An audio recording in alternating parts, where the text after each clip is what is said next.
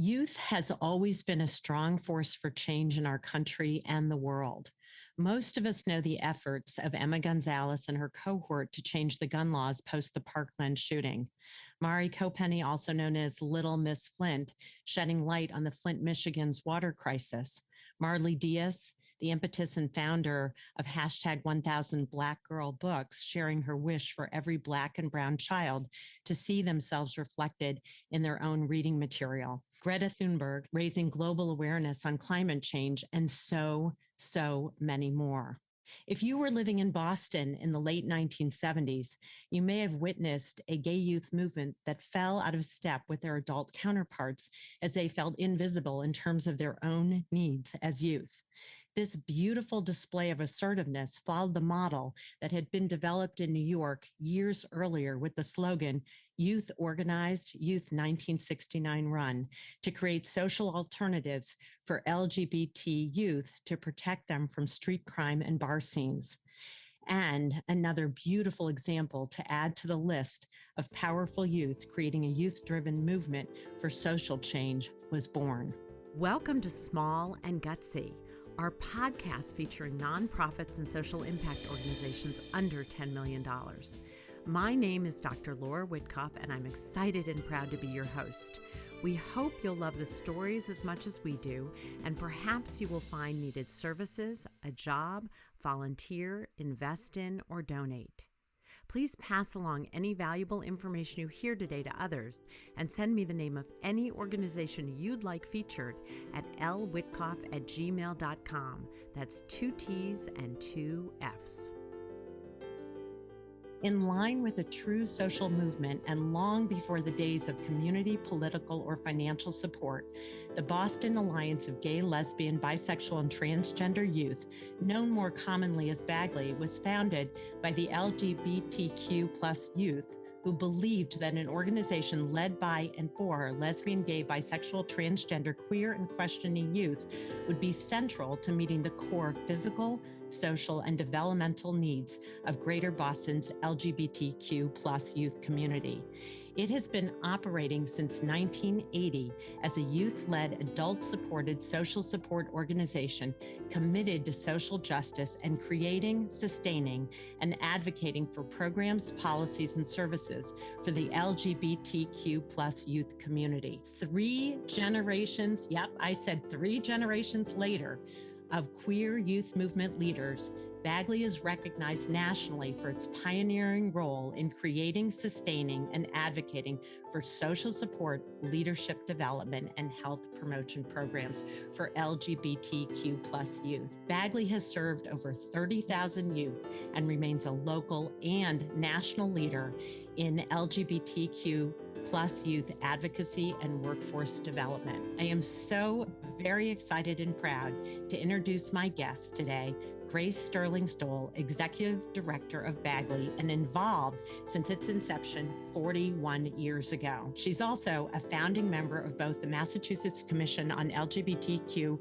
Youth and the Massachusetts Unaccompanied Homeless Youth Commission, and longtime steering committee member of the Massachusetts Transgender Political Coalition, and probably much more than that. So she'll fill us in.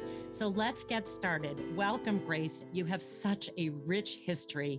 I think actually, and we were talking before the podcast, that you are the longest serving executive director, or at least trans woman executive director probably in our nation, I would say. So I want to hand it over to you, and I want to learn about your passion for BAGLY, how you got involved, and share with us about the program itself.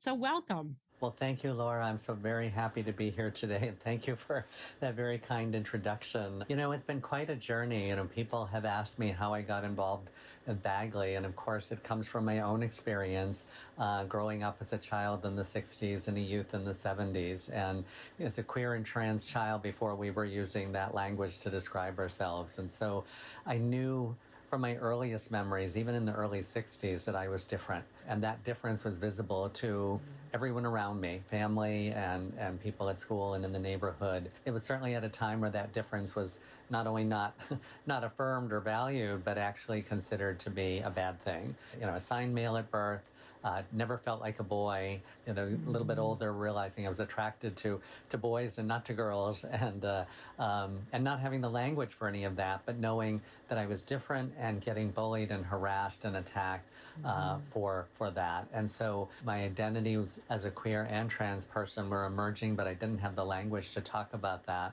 I would say it was in the early 70s that I finally had a label to start describing some of my identities. I came out as gay first, recognizing my attraction to men, but feeling like my gender difference at the time was wrapped up in that.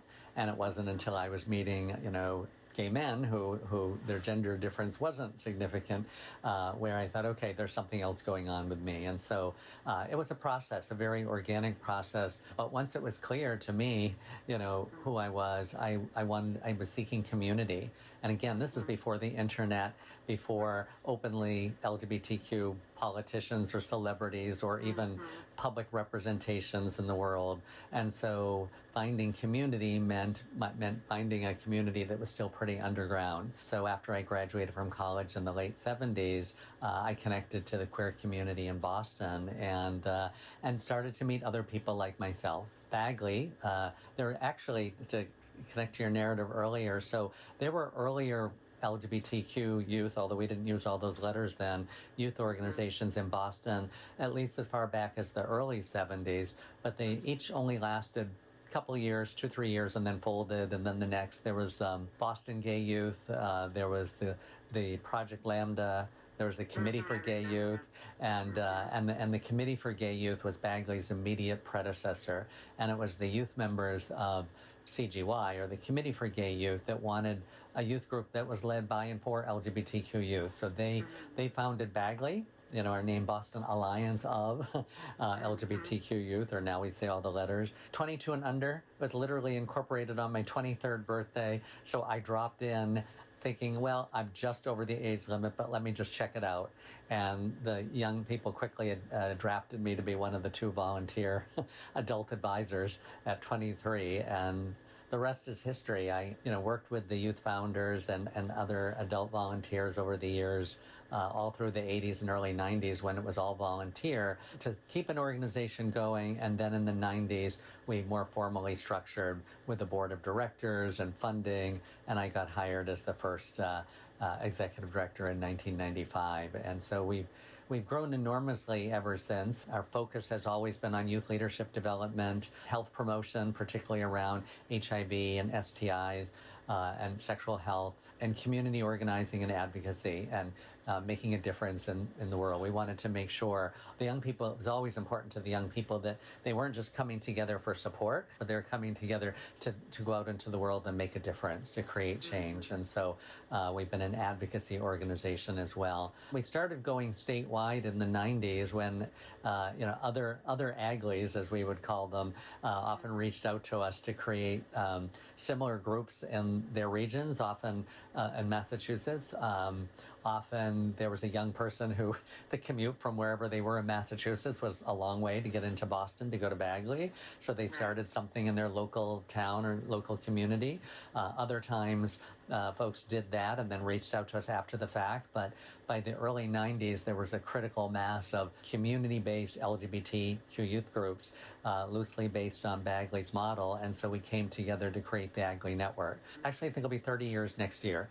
Bagley gets funding from the State Department of Public Health that we then fund to the Bagley Network, and we come together 4 times a year for the youth leaders and the adult leaders to training, technical assistance, and support in doing what we do. Some of the more recent developments of Bagley, we've talked about our core work of social support and youth leadership development work in the health promotion and now behavioral health world, where almost a decade ago we got funding from the State Department of Public Health to establish a clinic, a sexual health clinic. So we are currently doing that in partnership with Mass General Hospital. We have behavioral health programming. So young people are obviously dealing with a lot of issues, including mental health issues and behavioral health issues. And so we have programming specifically to support that. I so appreciate the verbal timeline. And I know you have an amazing timeline on your website. So I want to direct people to go there because the rich history of how Bagley came to be is so important from a perspective of the early youth who were really driving this and really needed it. And I really appreciate that.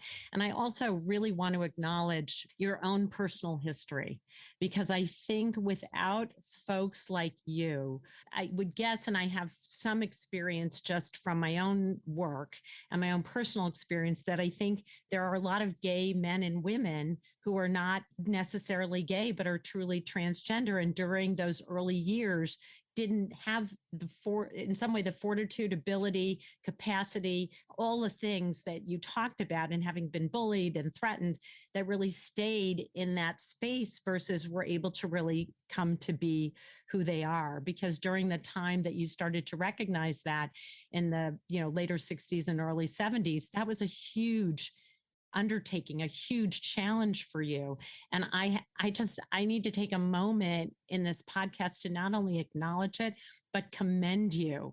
And then commend you for finding a space. Yes, you were a volunteer at age 23, it ended at 22, but you found community in a way that reduced the isolation and loneliness. And I think a big piece of what Bagley does, outside of all the programs that I want to go into some of those even in more detail, is really the ability to create community so one doesn't feel so alone, or that they're the only one, or that something's wrong with them, when there isn't anything wrong with our youth who are on this trajectory of not being in a binary situation, which I don't necessarily believe is true for any of us completely. It's particular to our individual biology and well-being. And so to really understand that and be on the forefront of that is just quite spectacular. And I need to acknowledge you for that. It couldn't have been easy.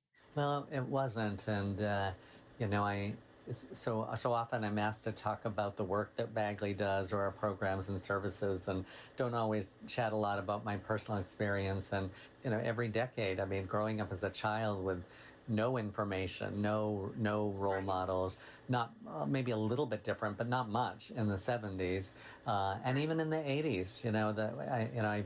Looking back now, we can see that the 60s, the 70s, the 80s, was really another time. The modern queer community in many ways came out of the 90s with more legal protections and more awareness of the diversity in the community, more understanding of trans issues, marriage, and a lot of the political victories that we've had. But that we were at a very different stage, even in the 80s, and especially the 80s was in the middle of the AIDS epidemic, the first decade, and our community was dying. And so to be part of a small LGBT youth group, a few of us doing that when there was no community support, no funding, no office, no board of directors, even the adult community was still struggling in a lot of ways. It is worth noting to kind of pause and look back and recognize we're talking about another time.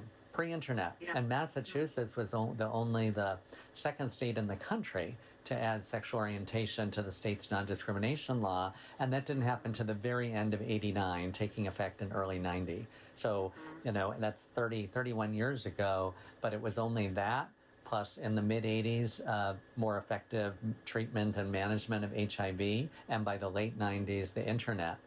That all of this really started transforming not just our community, the world, but certainly our community in particular. So literally a young person coming out in 1990 and a young person coming out 10 years later in 2000 came out to a very different community. Yeah, it's really true. How did you as a volunteer just stay on point, stay with Bagley, knowing that the youth who were showing up pre-internet needed the services that you all were providing?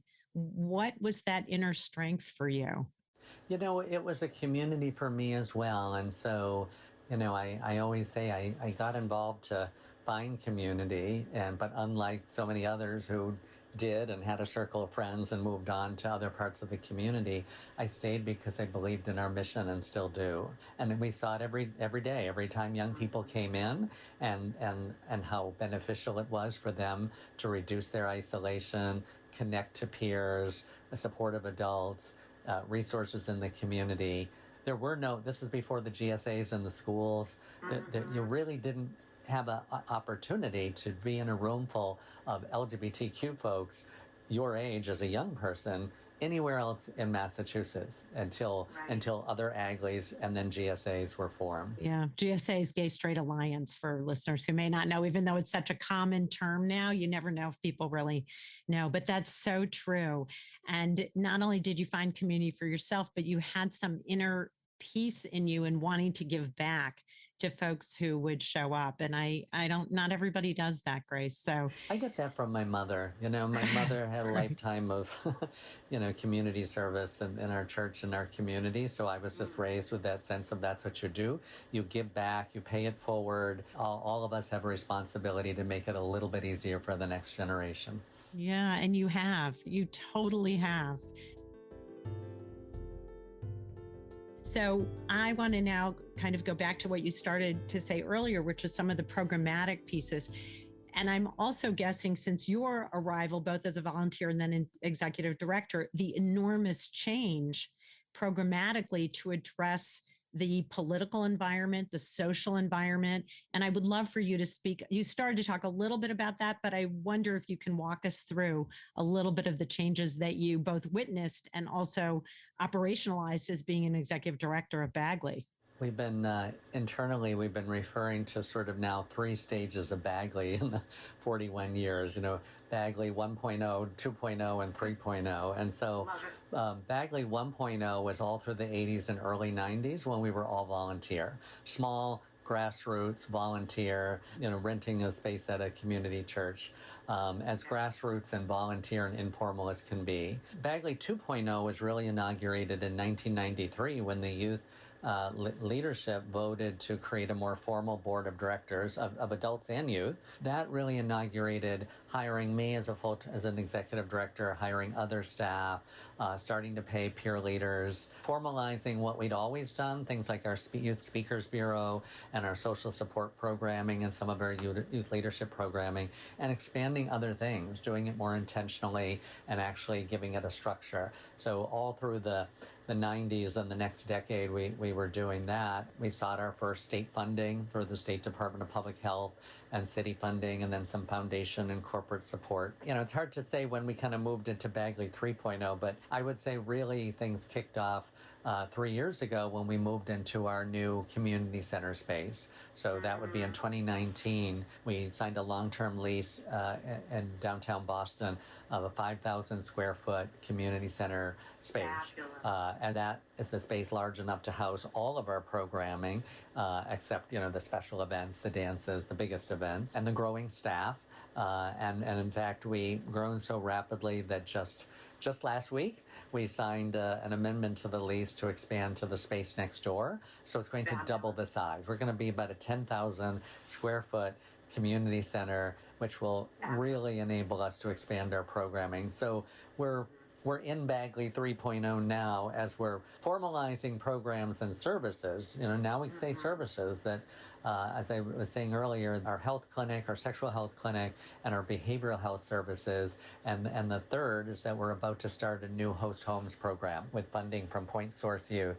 Fabulous. Tell me about that. I'm curious. Yeah, we were approached by Point Source Youth, a national organization that does a lot of great work in the community. But one of the main things they do is help organizations start host homes programs in sites across the country. And they reached out to us actually and said they thought we would be a great fit.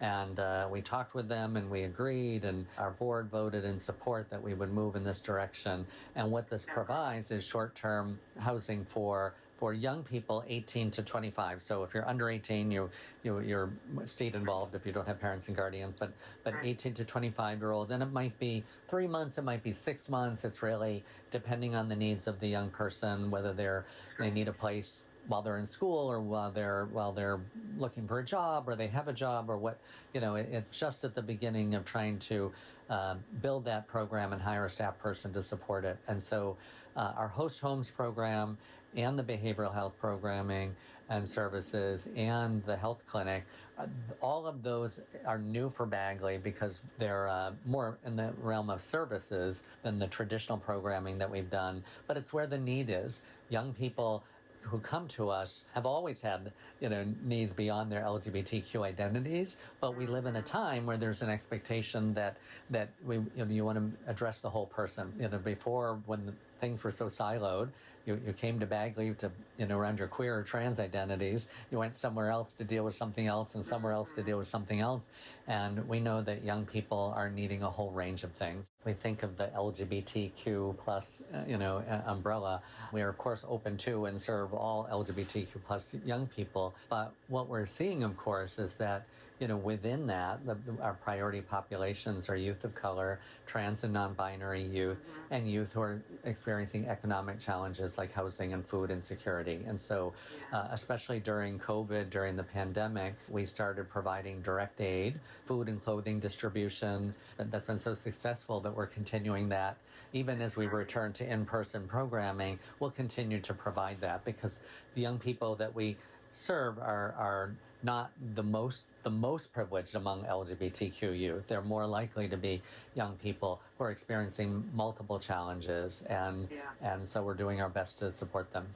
No, it's absolutely fantastic. And I'm glad you brought up COVID because I'm assuming that you transitioned online. And I just wonder if you can share a little bit about how you didn't lose that thread of connection with your target population because they are most in need and you are such an amazing resource. And to lose that thread or that connection would have been really dire. I'm so proud of our youth leaders and the staff. They just worked so hard to transition in a very short period of time. We literally went from, oh, this is starting to be a thing, to, oh, I wonder if we might need to maybe not do some of our big events, to oh, maybe we might be talking about closing the center at some point, to, oh, the governor's just declared a state of emergency and we're closing. That sounds like a whole long conversation over months. It was not. It was over a couple of weeks. It was for a very short period of time that we went from talking about that we might need to close to we are closing. And we transitioned almost everything that we did, except for the health clinic. Everything went online. And all of our social support programming, our discussion meetings, behavioral health, we just transferred all of that online.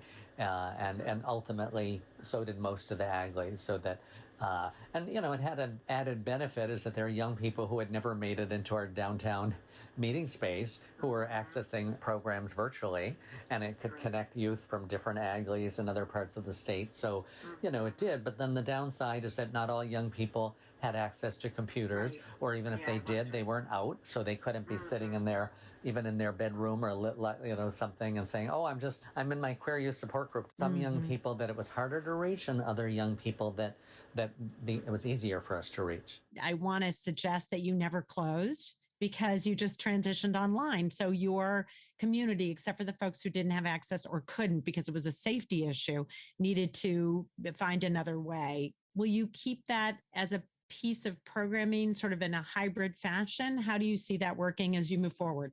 That's exactly what, and thank you for saying that because, really we had to remind ourselves we didn't close. We just moved to another platform. We remained open and we were open, we are open, and we're still open. And, and even as we've just in the last month started to come back some of our in-person programming on Wednesday nights.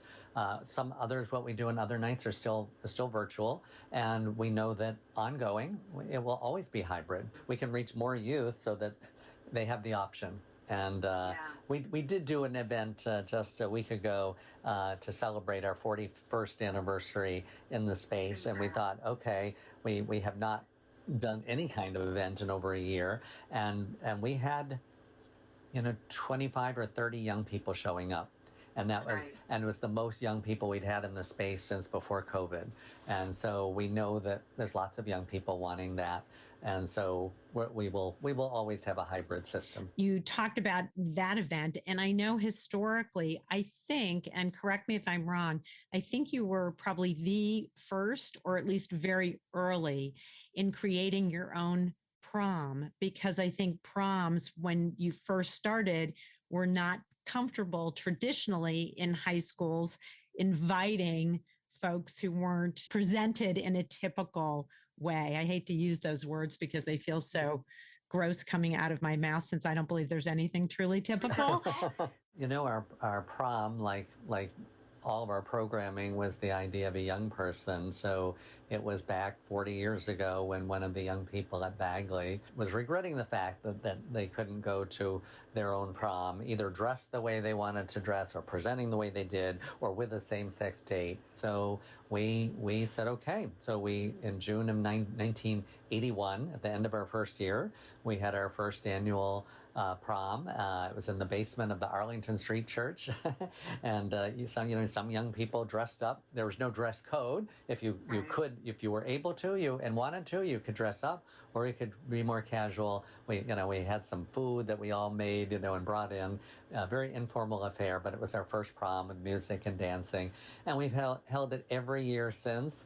It was in the 90s that we moved it to coincide with Massachusetts Youth Pride. Massachusetts Youth Pride is an event that was started by the old Governor's Commission on LGBTQ Youth. Then it segued to a community organization, the Friends of LGBTQ Youth. Briefly was for a few years run by Boston Pride, and then was turned over to Bagley. So now Bagley, and the AGLY network, we put on the Massachusetts Youth Pride every year. And so it was in the 90s that we moved our prom to be the evening of Youth Pride. So during the day, young people were marching in the streets, and there were vendors and food and performances. And that night at Boston City Hall, they could come out and dance the night away. It turned into a massive event. It broke 1,000. Let's see, I think at its peak, it was like 1,700 young people. And then a combination of factors of, we were realizing that lots of people were coming who were not LGBTQ identified or even allies. They just heard it was a big party. And so we were more consciously saying, this is for LGBTQ youth plus and their allies. It started to get smaller, and Youth Pride also shifted. But we held it every year right up until COVID. It was the longest running prom specifically for LGBTQ youth in the country, if not the world. Imagine going from that little church event, the basement of a church event, with maybe 30, 40, 50 young people, to really thousands. But it really speaks to the growth that you spoke to earlier in terms of both politically, but more importantly, that youth has taken this upon themselves to work in partnership with adults, but their ideas matter, their voice matters, and they get to drive decisions that the board approves. And you mentioned earlier, and I just want to highlight this, that you have youth on the board as well as board members. And I think that's unusual and really important because you are a youth-driven organization. So speak to that. And I assume they're a voting full member of the board. So that was, I don't know if I had mentioned that in 1993, when we did that shift, from an all-volunteer organization to a more structured nonprofit with a staff and a board. It was the Youth Leadership Committee that voted to do that. It was not a group of adults saying we're going to do this, and the youth voted to do that because they knew we had kind of reached the limits of what we could do as an all-volunteer organization, and it was not really sustainable because some of us were putting in way more volunteer hours than anyone else would do if they didn't have the same history. So it wasn't sustainable, but it was important to them and to all of us that when we created the board, that youth are on the board and they're voting members of the board, so we don't lose that. And so we institutionalized that at least two of them have to be the co-chairs of the Youth Leadership Committee. And other youth are, of course, able to be on as well if they're interested and have the time. From what it sounds to me, you're also providing an amazing opportunity for youth to learn about the operations of an organization from a leadership perspective. So they're gaining skills at the same time that they're contributing ideas and doing it for themselves. So they get to participate and they also get to manage and run and understand the organizational system, which is remarkable. There are not a lot of programs that do that. And most of the young people that we serve, we have found the young people have come to Bagley over the decades have changed. That youth who came to Bagley in the 80s, that changed a lot in the 90s as GSAs and so forth. But it has continued to change. And what we find is that for young people who have more family support, who are more privileged, maybe economically or other parts of their identities, they might come to Bagley, but they might not participate for as long because they have other resources. Maybe they had support in their schools or in their communities, and so they're looking for something different. But we're finding that the young people coming to Bagley are often young people who are experiencing a whole range of things, discrimination or oppression, and not just for their LGBTQ identities. And so it stands to reason that the programs and services have to evolve accordingly. Yeah, absolutely. And how do youth then bring forward a need that they may have that they want to bring to both, whether it comes to the board, or is there a systemic way that you actually bring needs to the forefront? How does that work? So the Youth Leadership Committee meets every week, every Wednesday. They're talking about it in discussion groups and other programming with each other. And any concerns or questions or ideas that they have, they can bring to the program staff. And the program staff surfaces it up, to the program director. Right. And that would get to me as executive director. The board wouldn't necessarily decide new programs. So they're looking at a much bigger picture kind of governance role. But generally it gets to me and we say, yep, so this is a need. What could that look like? How much would it cost? How would we support this? And we package it and work with the young people around making it happen. Point Source Youth and the Host Homes program is a good example of that, where while Point Source Youth reached out to us, we already knew that young people had been they'd been saying for decades that housing was a priority and that they were struggling with that and they needed that. And so we already knew that was something that was a need that needed to be filled, and we didn't quite have an idea of how we would make that happen. So when Point Source Youth reached out to us and said, we already have a model, we already have an approach, we have this is something we've been doing in other cities across the country, would you want to replicate it here? Then we thought, yes. And so that came directly from the young people, and it went to the board. We did bring it to the board because it was a large-scale change, and the youth on the board were speaking to it. They were able to say, yes, we and our peers struggle with this. So I know that you've spread through the support through the state of Massachusetts, and I'm just curious, what does it look like nationally to be able to provide? Because your model has been around for so long and is strong enough in its inception to have become like a butterfly. It's from a cocoon and it's really blossomed and changed according to the needs that are, in the environment and with the folks who are coming forward and really need the services. Has there been an effort to support other programs nationally? What does that look like? Because I do think you're an incredible model for other organizations. Well, I'll go back a little bit. And so in the early 90s, there were a lot of people who were doing LGBTQ youth work in cities across the country. And we were meeting at some of these national conferences. And out of that came the idea of creating a national organization. And so there was a first meeting in New York that I didn't attend, and I think that was in the fall of 92. But the second one was in early 93. And so I went down to Washington, D.C. for that. And so it was the first time all of us that have been in a room together where there were people doing their versions of Bagley in New York and Chicago and LA and San Francisco and like all over the country. And we really talked about the need. And out of that came a national organization, the National Youth Advocacy Coalition. And that was thriving for many years, focusing on national advocacy around LGBTQ youth issues. And they also they had an annual conference where we all came together, youth and adult leaders, to learn from each other and to support and to grow. For me, especially, who had been doing this work even before that, that a community, a national community where we were trading stories and things that worked for us and challenges, and I was hearing from them and they were hearing from me and so forth. Ultimately, the national organization folded, with funding issues, but some of the slack has been picked up by an organization called Centerlink, which is a national organization of LGBTQ community centers, not just youth specific. Bagley's a member of that, and so there's a lot of resources there. But Bagley's model, we predate almost all of them, other than maybe the Hedrick Martin Institute in New York. Knowingly or unknowingly, a lot of the things that we've shared decades ago are now out there as kind of best practices around youth leadership and youth modeling. And so people wouldn't even know if something originally came from Bagley or some other source, because it was part of this kind of organic movement to share best practices and what was working. You have a lot of programs that you offer. It feels like you continue on the trajectory of growth in servicing the needs of the population as you move forward.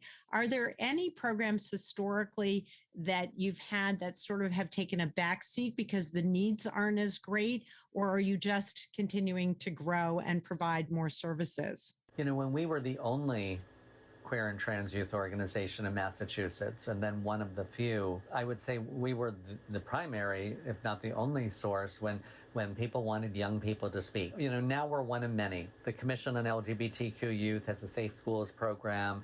There's other programs focusing on LGBTQ. There's theater, LGBT theater or a company. And I would say that while people still reach out to us to do speaking, it's not as much as it was in the heyday. The prom certainly has ebbed and flowed. Our very success is that now more and more young people are indeed able to go to their high school proms, presenting on how they identify or with the date of their choice. And even in small ways, some other communities have done something similar. So the need it's not that the need's gone away, but the need isn't quite the way it was, a couple decades ago. It's a constant process of making sure that what we're offering, and the best way to do it, the young people will, they'll show up for what they want to show up for, and they won't for what they won't.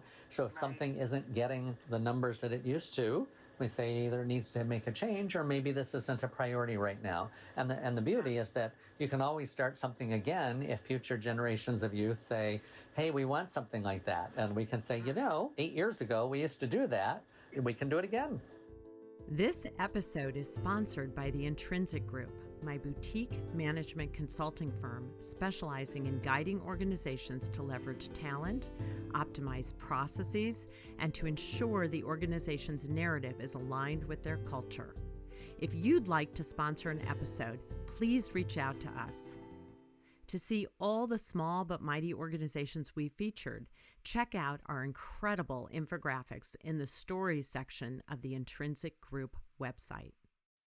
So, as you may or may not know, but I think at the end of our podcast, we always have a round of quick and gutsy questions. I'll do my best. They're always fun. What is at the top of your wish list? However, the answer can't be money or funding for Bagley. What immediately came to mind is I want to be on the other side, the expansion into the space next door, and it will take some months. And so I thought I'd love to be on the other side of the space fully open, enough post-COVID so that young people are coming in and we can fully implement all the things that are on our to-do list. I love that. It's this image of a very vibrant new space that's really meeting the needs out there. I love that. Yeah. It's a great vibrant wish. Downtown community center filled with young people. If you were to think of a song that describes Bagley, and that may be tough because it's a 41-year history, but if you can think of a song that describes Bagley, what would it be? Well, that one's easy. Bagley's theme song from the first year, We Are Family, Sister Sledge. We played that at every anniversary party for years, and it was, especially back in the days of a real lack of community support and anything else. We were family, and we still talk about Bagley as a family today. What makes Bagley gutsy?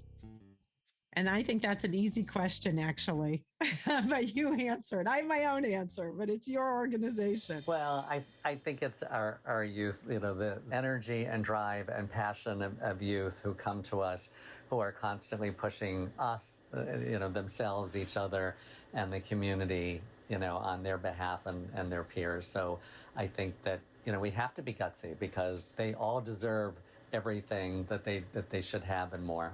It's a beautiful answer. And I opened this podcast with youth who are gutsy. And I think your youth fall into that category perfectly. And Grace, you and Bagley and the board and the youth involved have created the space for current and future youth to continue to be gutsy. And I thank you for that.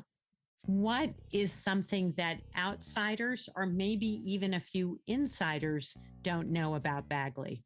We said for many years, and maybe it's still true, I think I would say that many outsiders and even people who think they know still think of Bagley as a small social support group meeting in a church basement. I don't think they think that we're a statewide $2 million organization with 15 full-time staff members, multiple stipended peer leaders, programs and services. But I think in the popular imagination, if you don't really know Bagley, you think that we're sort of smaller and you think, well, we're a support group. And we think support group is one of many things that we provide. I'm so happy that you said that, because I think for organizations that have the long history that Bagley has, sometimes it's so hard to move from that early understanding or that early brand, so to speak, into what you've become today.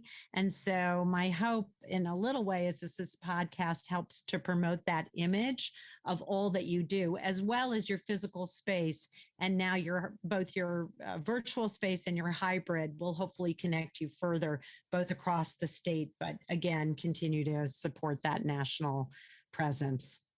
If you could get one celebrity or influencer to endorse or talk about Bagley, who might that be? I'm so bad at this because I'm so old that my celebrities and influencers are probably also old and people would say irrelevant now. I'd be like, oh my God, I want Barbara Streisand to talk about it. I think she's very relevant, by the way, and is just putting out a new album. And by the way, so is Cher. If she were, and Cher, right? Yeah. If they spoke about Bagley, that's what I would like. But if you ask the young people or my younger staff, I'm sure they would have ideas of folks. We were very lucky during the Freedom Massachusetts Yes on 3 campaign just a few years ago to have Laverne Cox in the space, with a press conference. So, I feel like, well, Laverne Cox knows about Bagley. All the icons. We want them all. So on that note, how do folks reach Bagley? How do people find out where you are and get the services they need, whether currently virtually or in person? Well, the best way is to go to our website, www.bagley.org. Contact information for particular programs or staff is on that as well. But if you go to our website, best way to find out what's happening and what we're offering. We have a Facebook. If you're a young person, there's a Facebook group and there's other ways to connect as well. It's great. And it's BAGLY. I just want to take a moment, Grace, and just thank you for not only being a guest today, but also for being you, for your own path that led you to this place and keeps you engaged in this work on behalf of so many people who have come after you. And I think it's beautiful and remarkable and really needs a moment of true gratitude. And I want to share that with you. Thank you. And thank you for having me and giving me this opportunity to talk more about Bagley and the work that we do. Thank you for listening. If you like this podcast, please share it with your friends, give us some stars, and write a review on wherever you listen to podcasts. And if you're interested in sponsoring a small and gutsy episode to keep it going, please reach out to me or buy us a coffee at www.buymeacoffee.com/small and gutsy. Of course, we can't take responsibility outside of our own vetting of the organizations we interview, meaning we encourage you to do your own due diligence and research them as well. I want to thank my partners in this endeavor, the Intrinsic Group, the volunteers, my co-producer, sound engineer, and composer, the amazing Pavel Franson, my social media maven, Delania Tirado, my infographic creator extraordinaire, Sonia Fizek, Nate Addy for the exceptional logo, and all the friends and family who have guided and inspired me. From small and gutsy to big with impact, I'm Laura Witkoff, and thanks for listening.